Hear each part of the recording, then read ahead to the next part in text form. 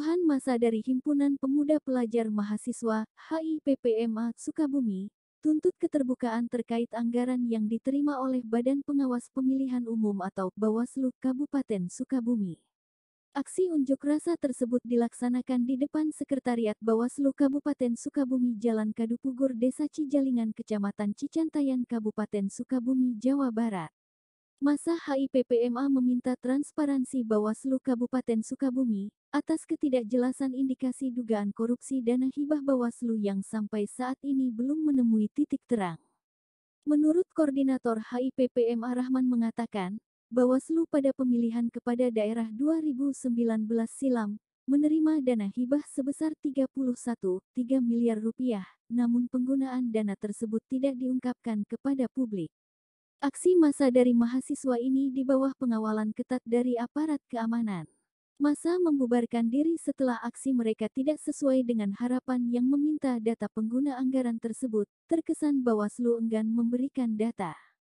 Sementara itu, dari perwakilan Bawaslu mengatakan bahwa mereka sudah menyerahkan data kepada pihak yang berkompeten seperti BPK dan Inspektorat sebagai bentuk transparansi. Hanya satu sih Pak, terkait anggaran pada tahun 2019 yang dipakai pada tahun 2020 perihal PIP dana hibah pilkada sebesar 31 miliar dan terindikasi korupsi sebesar 4 miliar, seperti itu aja.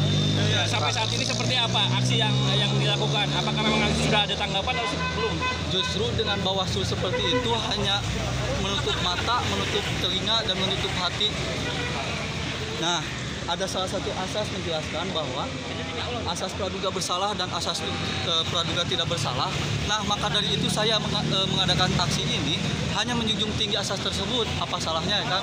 Dan sesuai pasal nomor 14 tahun 2008 tentang keterbukaan informasi publik, seharusnya pihak Bawaslu ini tidak berat akan menunjukkan secara otentik kepada kami apapun menjadi temuan gitu dengan BPK ataupun dengan dan yang eksternal itu pengauditan. Nah, kedepannya seperti apa para mahasiswa ini jika tuntutannya tidak terpenuhi? Intinya dari kami gini aja, kami akan menjadi mimpi buruk bagi Bawaslu. Kami akan menyerahkan seluruh kajian kami kepada Komisi Pemberantasan Korupsi, dan kami mengucapkan kepada kantor Bawaslu ini selamat datang. Saya ucapkan kepada Komisi Pemberantasan Korupsi. Justru pentingnya apa buat Bawaslu jika memang hari ini menanyakan data kita dari mana? Gitu. Terima kasih. Tadi ada indikasi data korupsinya 4 miliar dari ya. Berapa miliar itu dari segi apanya? Dari segi pembelanjaannya, kekurangan spesifikasi sosialisasi seperti itu. Terkait aksi tadi, saya sampaikan bahwa mereka kan bersurat awalnya, kemudian menyampaikan data yang disangkakan kita. Cuman memang saya sampaikan tadi kan kita dalam pelaksanaan kegiatan hibah pilkada itu yang 2020, kita kan pertama melalui prosedur yang sudah ditentukan, aturan-aturan yang sudah kita lalui, sehingga saya sampaikan bahwa pertanggungjawaban itu mungkin mulai proses audit dan lain-lain, ya kan. Pertama, contoh misalkan bulanan kita rekon ke provinsi, ya. Kemudian juga di akhir tahun anggaran itu juga diaudit oleh auditor yang memang punya kewenangan. Bukan kita tidak mau transparan ke masyarakat, artinya kan prosedurnya seperti itu. Adapun yang disampaikan mereka, seperti yang saya sampaikan tadi, mari kita sanding data. Kita kan cari solusi, apa yang mereka sangkakan kita jelaskan dengan data yang ada di kita. Ya kan, kita juga tidak bisa menerima data begitu saja. Mereka datanya dari mana? Ya kan, sandingkan dengan data yang ada di kita. Titik kelemahan kesalahannya di mana? Buktinya mereka tidak mau.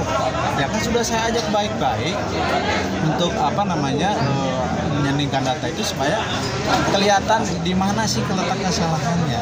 Artinya saya sudah sampaikan bahwa saya mengapresiasi teman-teman demo terkait perhatiannya ke Bawaslu. Tentunya ini hal yang baik ya, bagi Bawaslu tidak alah seperti ini. Tapi saya pribadi sebagai penanggung jawab anggaran tentunya harus menyampaikan yang ada seperti apa, ya kan? Tidak mungkin kalau Bawaslu misalkan terjadi indikasi korupsi lah katakannya ekstrim. Kalau memang itu terjadi pasti di audit itu juga jadi ada temuan yang memang harus harus ditindaklanjuti, ya kan? Ternyata kan itu sampai hari ini, makanya saya masih berdiri di sini juga berarti kan tidak ada persoalan. Ya kan, kemudian dari nilai 31,3 itu tidak hanya dilaksanakan oleh kabupaten saja, tapi kebanyakan itu presentasinya adalah untuk operasional Panwascam di 47 kecamatan. Ya kan kalau memang di kecamatan itu juga ada persoalan pasti itu akan muncul. Tapi kan ternyata sampai hari ini kita tidak mendapatkan persoalan terkait hasil audit itu. Pak, tadi indikasi itu 4 miliar ya Pak, dari tudingan dari mahasiswa? Iya, menurut catatan dia, tulisan mereka itu seperti itu. Cuman kan saya baca, itu di suratnya itu berulang-ulang, ini kekurangan, ini kelebihan, contoh misalkan, kelebihan dari pagu anggaran. Kita tidak mungkin melaksanakan kegiatan tersebut, atau misalkan pembelajaran itu, kalau misalkan lebih dari pagu. Pagu itu batas tertinggi, tidak boleh lewat dari pagu kan? Tidak mungkin kami lewat dari pagu kan? Tidak mungkin seperti itu.